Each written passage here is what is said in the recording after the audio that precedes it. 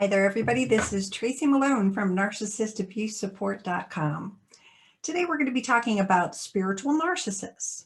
You know the type. They could be pastors, clergy, rabbis. They could be people in a church role.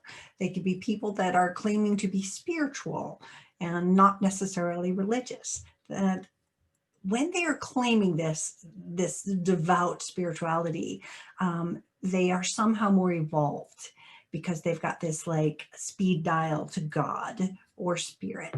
And the abuse that people endure when they are going through the religious, spiritual kind of abuse is amplified because of the power that comes with that stamp of goodness from God. They are using that power to manipulate people, to guilt them, and to cause problems for them. If this is who you have been with or you're trying to figure it out, my next guest is Julie Ann Shapiro. She's from the UK. She was with a spiritual narcissist and she got out and she's okay now.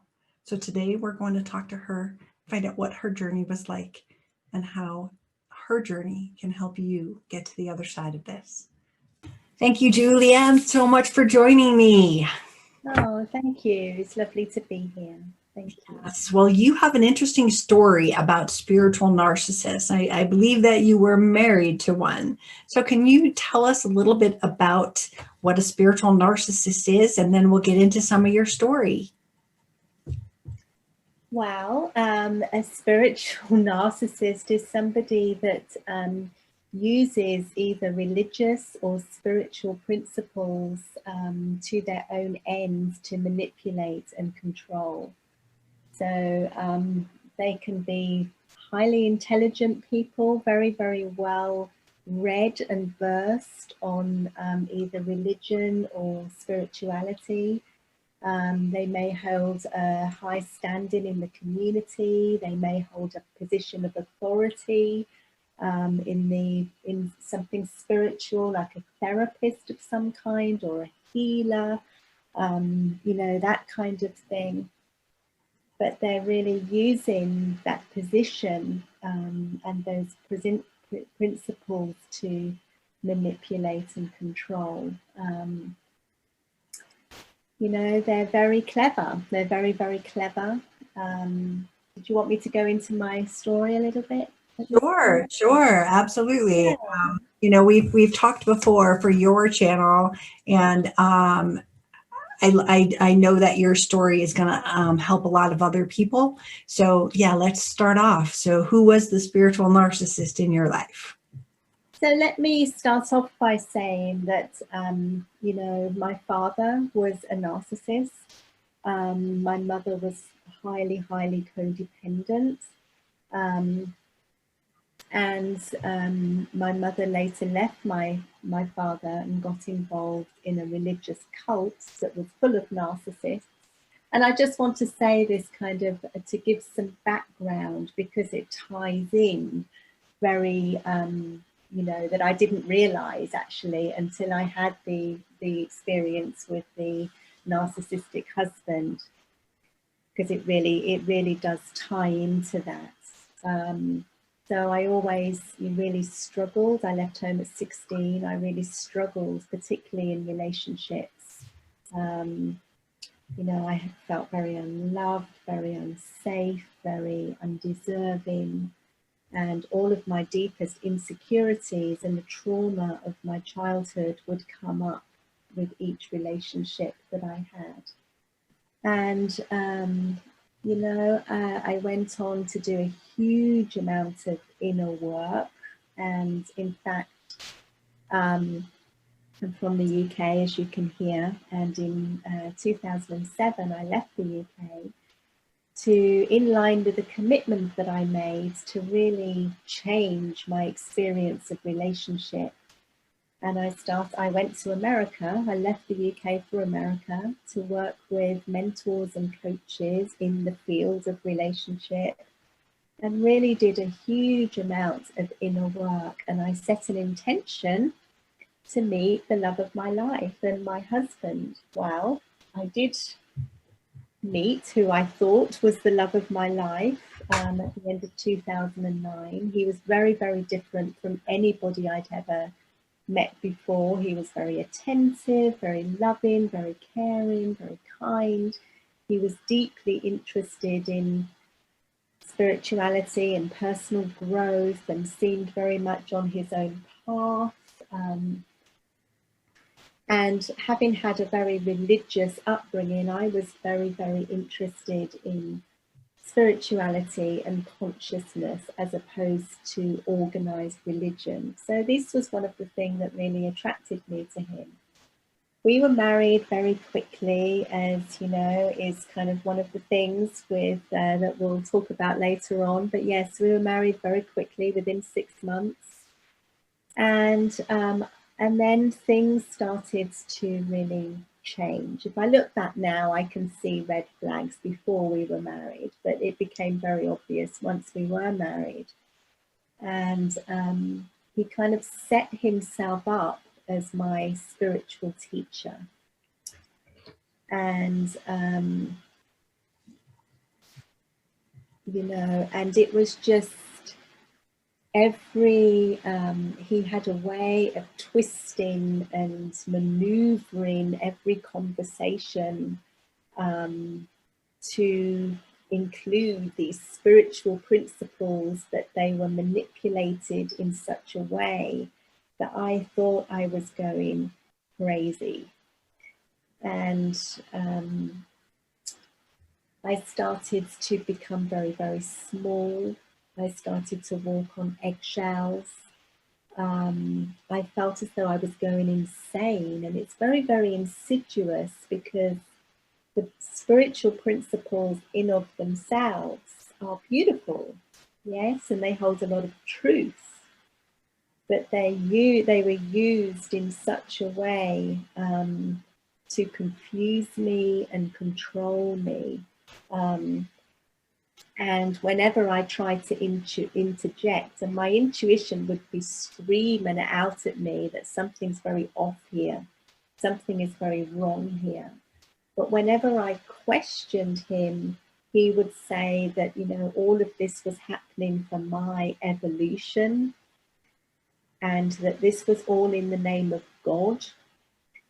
And you know, and God is a very powerful thing. When we hear that, it's a very powerful, it's like, how do you fight against something so powerful? And I just became smaller and smaller and smaller, and I really just lost myself. I just became like a blip in the corner, and just had no voice and no rights. And I thought that if I could just hold on in there, and I was terrified of losing my marriage after everything that I had been through as well, to have my marriage. I'd left the UK and made this huge commitment and done all this inner work, and you know, and but there came a time when I did leave. I really had to leave. I had been, you know, I was very, very isolated. I was getting very sick. I was just completely lost myself. And I did come out of it. And it wasn't until about a year later, I actually went to Bali. I went from California to Bali. And it was about a year later that I read a book all about narcissistic abuse. And it was only then that I really realized what had happened to me. And yeah, and I found a way to heal, and that was really getting into my body and releasing the trauma that I'm sure we'll get into. And really, you know, when I really started to make the connections between my marriage and my childhood, and, you know, and I realized that my father was a narcissist and my mother was highly codependent, and I had taken on my mother's severe codependency and given myself away to abusers in the same way that she gave me away to an abuser, to abusers. And it was really in going inside to release the trauma, and to heal up those gaps of codependency that had allowed the narcissist to enter into my life, that I really came home to myself.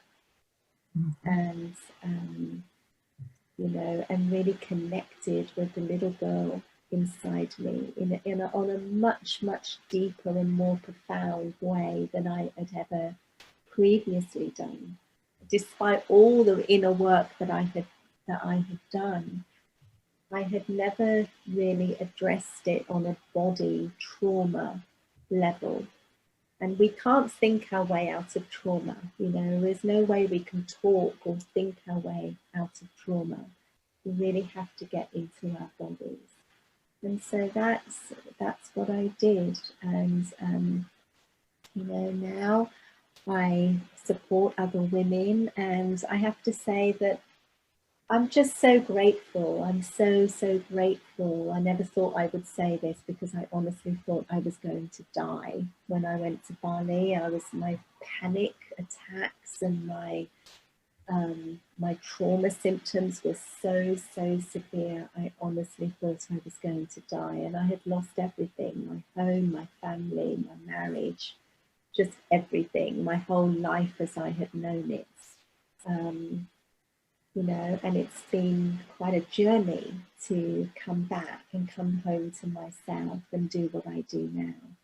But I'm just so grateful for the experience that brought me to my knees, because it truly did bring me home to myself in a whole new way and allow me to really live. Yeah, I'm grateful that you got out the other side too. How long was the marriage? If the you know, the period, it was only 6 months before you married him. How long were you married? And I was married for 7 years. Years. I was married for 7 years. Wow. And spiritual narcissists are so hard to spot, because they actually, again, they're using God to say, trust me, I'm safe. Spirituality, I'm so evolved, I'm so developed, I'm so, like, you know, into this place where you can trust me. And then everything, you give your trust to someone, as you did in childhood. And then their behaviors start to not add up, and they say one thing and they do another thing. And obviously this is very typical with all narcissists, but the spiritual narcissists have that sort of clout card of, you know, I'm ordained by God. Listen to me. I'm so evolved and spiritual that, you know, again, defying me is defying God.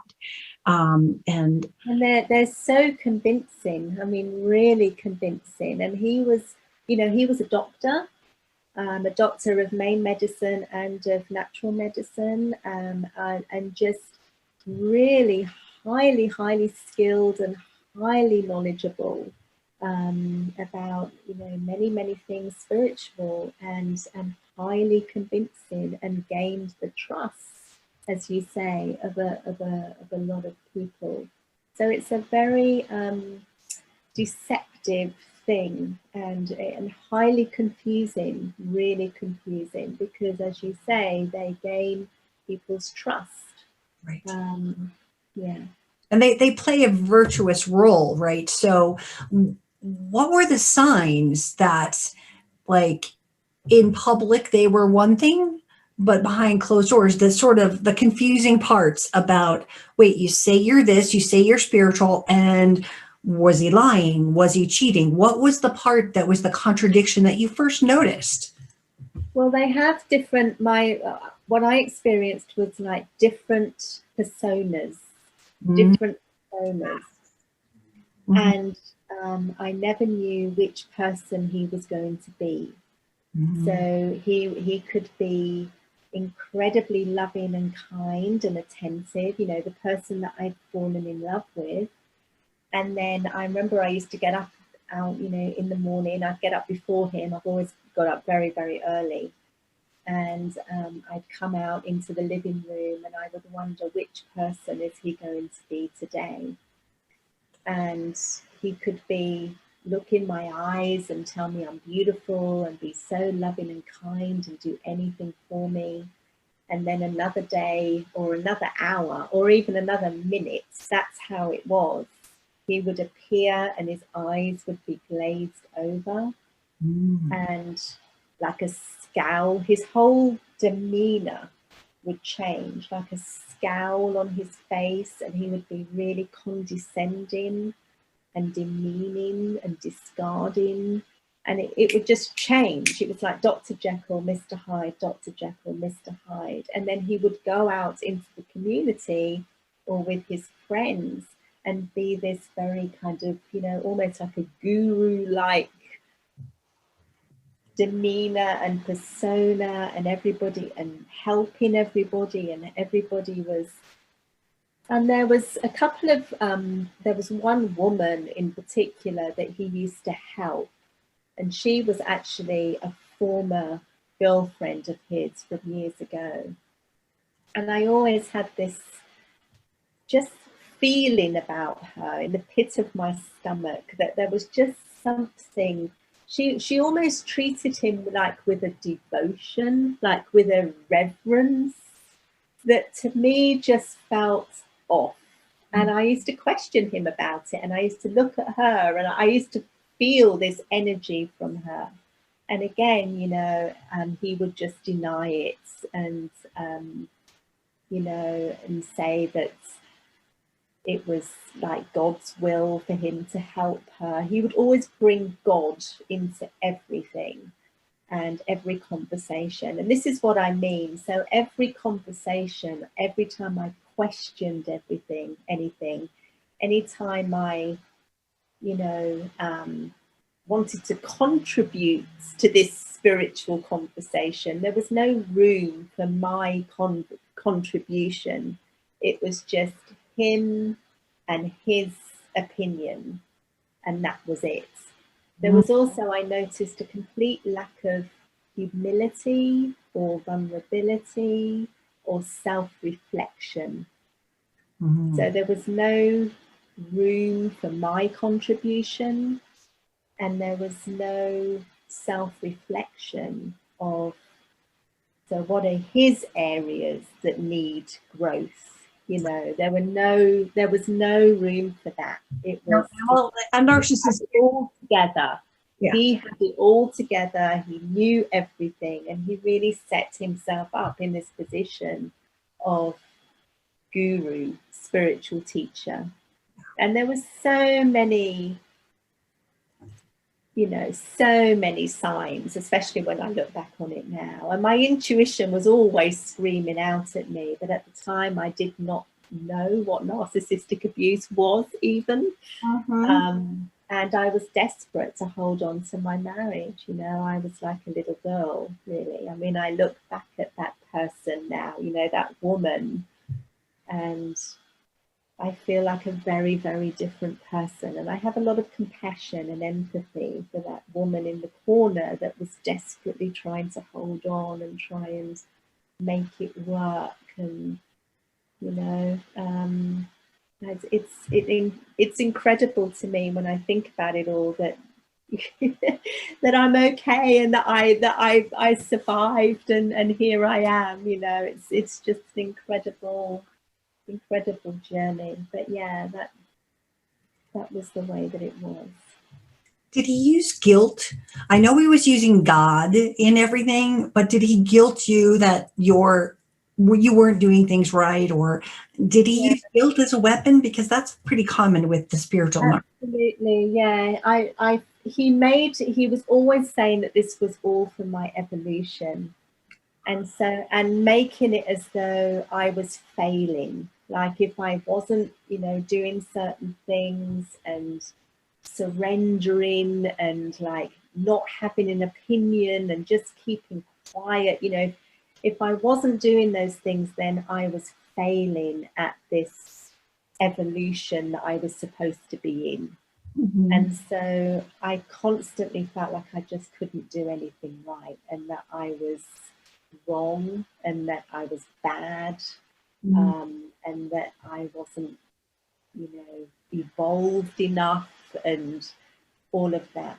Yeah, it's a horrific mind game. It absolutely is. You know, when you made to feel that your that abuse is for your evolution and it's all in the name of God and that God wants this. Mhm. It's yeah, it's a horrific. It's horrific. It Well, really how is. does this compare with being brought up in a cult? And of course, that was also religion to a Yeah. degree that was used against you. How does it compare? Like, do you see the similarities in what happened in your It's childhood? very similar. It's very similar. The difference was that my father and my mother actually, they're very, very simple people. They're not very educated, you know, and they're very, very simple people. And whereas my husband was highly, highly intelligent. Mm. Um, and they used, and with them it was religion. You know, my mother, I think, just again through her own vulnerabilities and codependency got hooked in to you know, a religious cult, you know, and kind of it's all run by fear, you know. um, and so but actually, you know, I mean, my personality wise, my father, my mother and my husband, they're completely different, and one is spirituality and one is you know, religion, but actually it's all the same stuff. It's just stuff, you know, fear-based stuff, Mhm. coming from a place of emptiness and powerlessness, their own trauma. Mhm. um, you know, and we know that they put on this mask of superiority and grandiosity, and you know, they have weapons that they use to manipulate and control because they need supply. You know, they need they feed on the attention and the our intense emotions to have themselves feel powerful and in control. Um, and so it's very clear to me, you know, I see that, I see it very, very clearly. And there are many things. I remember, you know, how I've been able to reflect on it since, and the lens that I can see it through now is so different to how I saw it then. But I remember a couple of times, you know, we knew some other spiritual teachers and stuff like that. And I remember somebody invited him to give a talk, somebody that had no idea, obviously, about what I know. But I just remember there were certain times I saw him become very small. Mm. And it was as though when he was with somebody that was real Mm. and really was the real deal, he became small and he lost his power. And I just remember that. And there was this, I just remember this feeling about it. And yeah, you know, at the time there was a lot of confusion, but I just remember it in the pit of my stomach. Mm. And sexually as well, it was very strange. And, you know, he went into all of these weird and wonderful places. And yeah, I mean, there's a lot of things that really all add up Yeah. to Of course, in hindsight, when we see it, when we read the books and we go, were you looking in my room? Because I'm pretty sure you know my life. When you read one of these, everything comes true and you're like, I felt it. I had the niggle inside of me that was like, there's something wrong here. The hair on the back of your neck. You know, a lot of victims of abuse get sick, physically sick, Yeah. because they're internalizing, they're justifying, they're trying to figure out what the heck's going on. Like you and I were working on, no, we've got to save our marriage. And then our inner child and our inner self is going, crazy person out there, you know, and we're just like, no, no, no. And so we internalize and we end up getting very sick after all of these sort of things. Absolutely, absolutely. Yeah, I got, you know, and I had always been incredibly physically healthy, always, all my life. But when in the aftermath of narcissistic abuse, I got Bell's palsy, first of all, on my face for a while, all of a sudden, just completely out of the blue. Then I got a neck problem. And, you know, things are much, much better now. My hair fell out in clumps, you know. Oh my goodness. Yeah, it has a huge impact. It's a real, it's highly, highly traumatizing. And, you know, that trauma is living in our bodies. And when it's unattended and, you know, we're living purely in survival, that it eventually will lead to disease and breakdown of the physical body. Yeah. So this is a good lead into, does everyone need to go to Bali? Because I am so signed up. If I'm going to, you know, go to Bali and heal, does everyone need to go to Bali? How did you eventually heal from all of this? Because you look great, your hair isn't falling out, and you're better now. I'm a lot better now. Well, I had been to Bali, somewhere that I'd been quite a few times before, and I just knew that I didn't want to stay in America. I didn't want to be anywhere near him at that time. I didn't want to come back to the UK because of, you know, relations with my family. And I just knew that Bali was a very, very safe place to be. So yeah, I went to Bali, and it really is. It has a very, very special energy about it. You almost feel like you're being held by the land. You know, it's an amazing place. And I was there for 2 years, and just, you know, met a lot of beautiful people. But during that time, when I first went, I must tell you this story because this is very relevant, actually. When I first left my husband in California, I still had no idea that I had been abused. You know, well, I knew something was very wrong, but I didn't know what it was. But I was in a very, very bad way. And for the first few months, I actually kept in contact with him. He would call me all the time. And all I ever saw then was the loving and kind side to him. You know, that's all I ever saw. And anyway, there was one day when I was talking to him on the phone, and I got this physical reaction in my body. It's like my arms and my hands started tingling, really tingling. And in that moment, I had this huge kind of aha that my mind was telling me that this is safe. He's being very loving and kind. But my body was telling me this isn't safe. Mm-hmm. This isn't safe.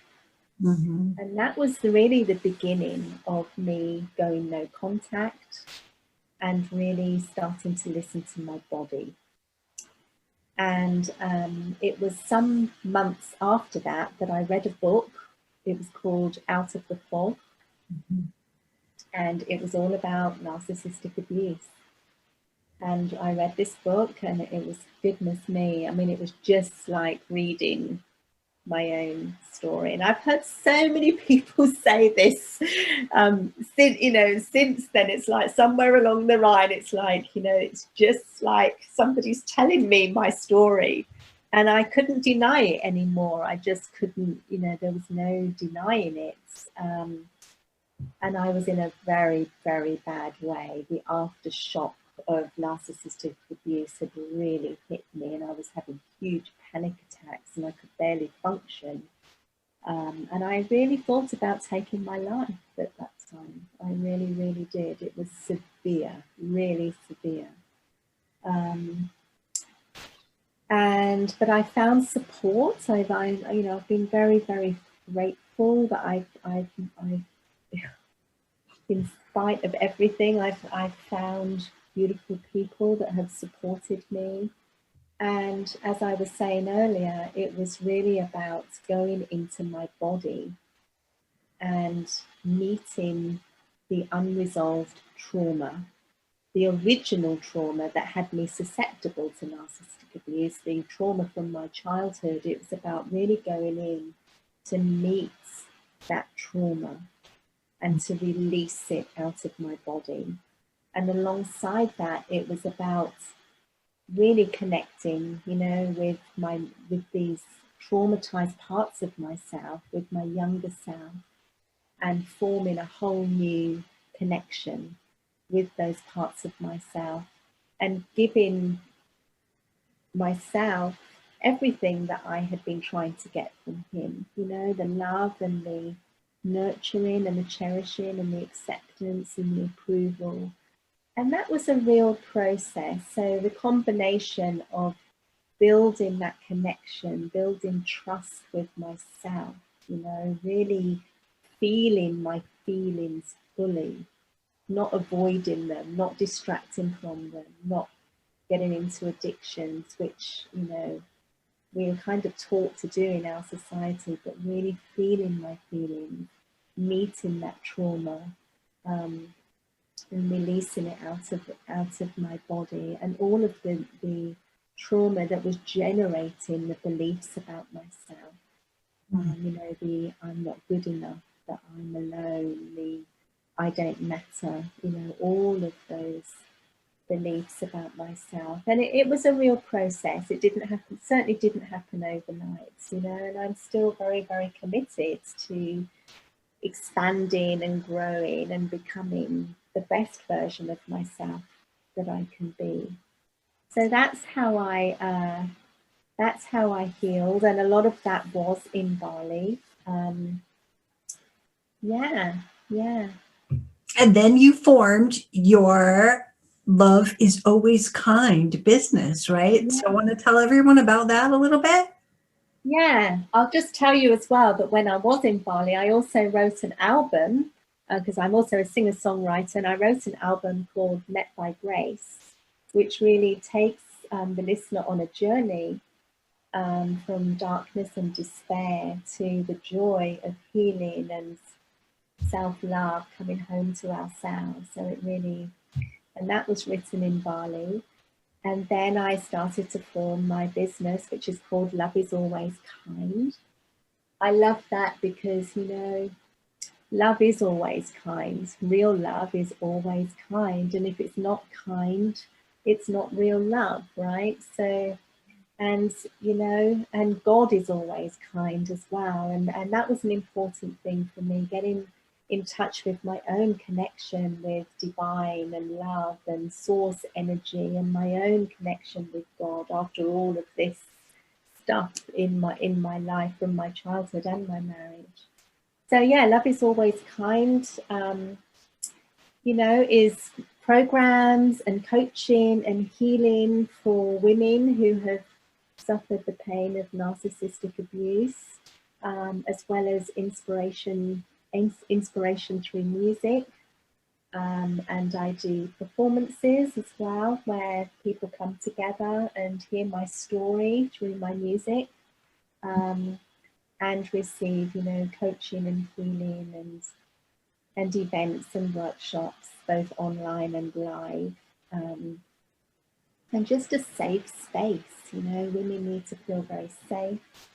A safe space and a community with other women who really understand, because unless we've experienced narcissistic abuse, we really can't begin to understand with all the best will in the world. Then it can be very, very isolating and lonely, that, as I've experienced myself, because people don't understand. Unless they've been through it, they don't understand. They couldn't possibly, and it's not their fault. I wouldn't have understood unless I'd been through it. And so we really need a safe place and a community with people that do understand, and you know, where we are seen and heard and understood. Mm-hmm. And so that's what I provide with Love Is Always Kind. Yeah. Wow.